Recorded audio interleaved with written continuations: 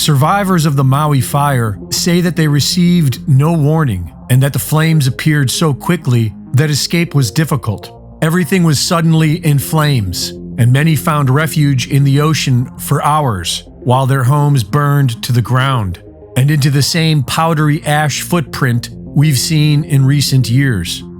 So far, it is estimated that nearly 1,000 people have died. Locals are worried this includes hundreds of children who were home due to school being canceled that day. Several people are reporting that the government is not only doing little to help, but they are blocking local efforts to do so and are not allowing local donations through, and that they are blocking life-saving medicine because it isn't federally approved. Denying people access to bring in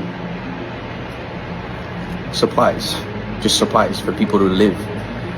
The government withholding every single one of our donations because we are not a part of FEMA and Red Cross. So none of this is eligible for giving out. Tell me why. I have no freaking clue. The people of Maui are on their own for now. And aside from the federal government's bureaucratic failure, they have good reason to be suspicious. Just like what we saw 5 years ago in Paradise, California, there was nothing normal about these fires. Within a day of burning, it was like a bomb went off. When you see the full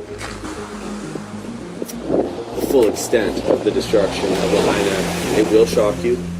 It does appear like a bomb and fire went off, if I may. And all of those buildings virtually are going to have to be rebuilt. It will be a new Lahaina. Local residents have been reporting bright flashes of light. One was captured by a home security camera that appears to have been the start of the Olinda fire. Many people are saying that it was directed energy weapons. We know that most major governments already have them, and during the California fires, online weather maps recorded what looks like a laser from above, striking an area just before it bursts into flames.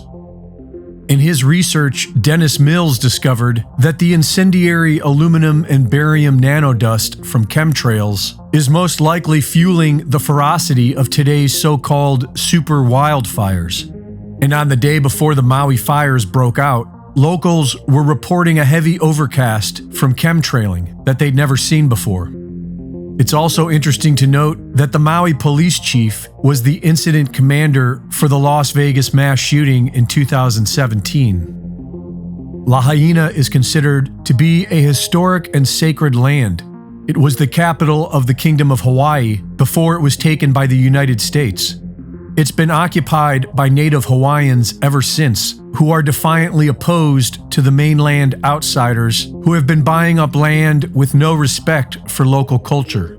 Not just BlackRock and Vanguard, but billionaires like Mark Zuckerberg, who owns more land on Kauai than what the government of Kauai owns, and Oprah Winfrey, who has bought over 1,000 acres of land in Hawaii, including a new 870 acres in Maui she just bought this spring.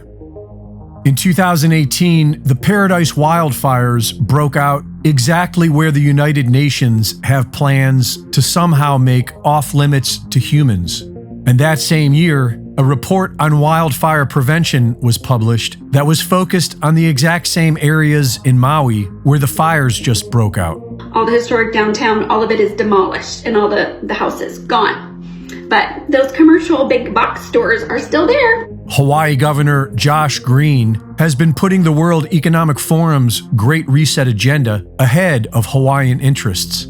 Just weeks before the fire, he unveiled an emergency proclamation on housing that eliminates the traditional Land Use Commission, allowing the government more leeway to build as they see fit, such as building 15-minute smart cities run by artificial intelligence, just like they've been planning to do in Hawaii for years. At some point, I will make a major donation after all of the smoke and ashes have settled here and we figure out what the rebuilding is going to look like. This is going to be a long and difficult process. You're going to see a lot of Phoenix stories rising from the ashes here. Reporting for InfoWars, this is Greg Reese.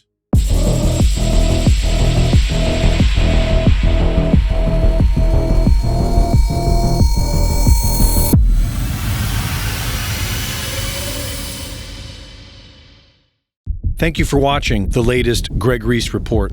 Be sure to go to reesereport.com to see my latest videos, sign up for my free newsletter, and subscribe for exclusive content.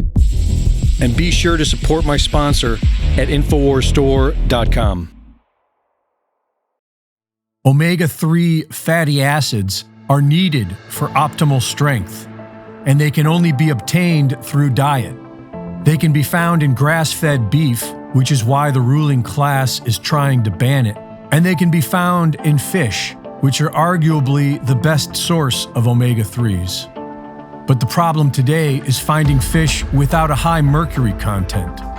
Your best option is our Ultimate Fish Oil and Ultimate Krill Oil at InfoWarsStore.com. Omega-3 fatty acids are essential for both our neurological and cardiovascular systems, our brain and our heart. They improve mood, mental clarity, and immune function.